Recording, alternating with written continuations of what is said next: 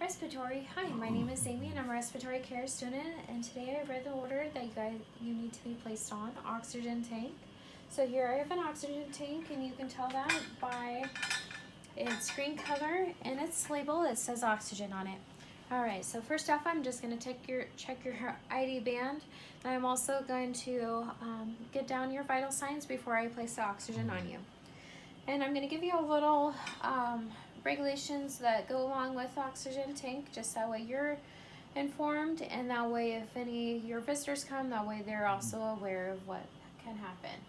So this is a non-flammable gas, but I put a no smoking sign outside because if any heat or anything covering this, it can cause combustion, and with the combustion it can cause the tank to this to pop off and cause injury to you or somebody else that may be in the room. Okay, so the first thing that I'm going to do to prepare this, I am going to crack this cylinder before I place it on. It's just a little loud noise, and it's just that way there's no debris in it.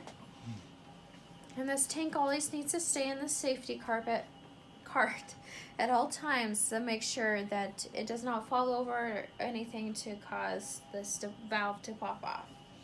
Here we have a pin index safety system. The way you can tell it's a pin index safety system, it has the 2 pins, and then there's a washer back there. You always need to check that to make sure there's no cracks or leaks there. And so this says only can go to the oxygen tank. And so we will take off the wrench here and we'll place it into the appropriate slot, and we'll tighten it up. And then we will open up the tank, and always make sure it's at 0 before you turn it on.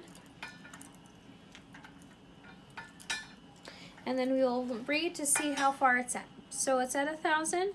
So you take that times 0.28, because this is an A cylinder, and divide it by the flow rate. So the flow rate is at 2 liters per minute. So you always feel to make sure before you put the nasal cannula or anything like that onto the oxygen. And so since it's okay, then we can place it on that, and that's how long it takes for the tank to last, is when you do the 1,000 times 0.28 divided by the 2 liters. Now, if it gets down to 500, please let us know or the nurse know that we need to get it changed for you once it gets down to 500. And when we are done, we will shut this off, the valve to the tank, make sure it's completely off. And then we always empty the regulator, that way it doesn't pop off when you take it off. And we'll remove it back to 0. We'll loosen this up,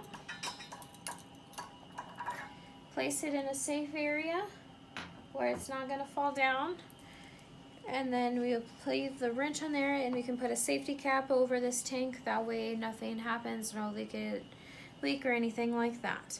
So when we're done, we can set it off to the side. I don't want any kids playing around it when we give it to you, and it always needs to stay next to your bedside. And then when I'm done, I will get their vital signs, reassess them, and then I would go and chart it on the patient's charts to let everybody know that they are placed on oxygen.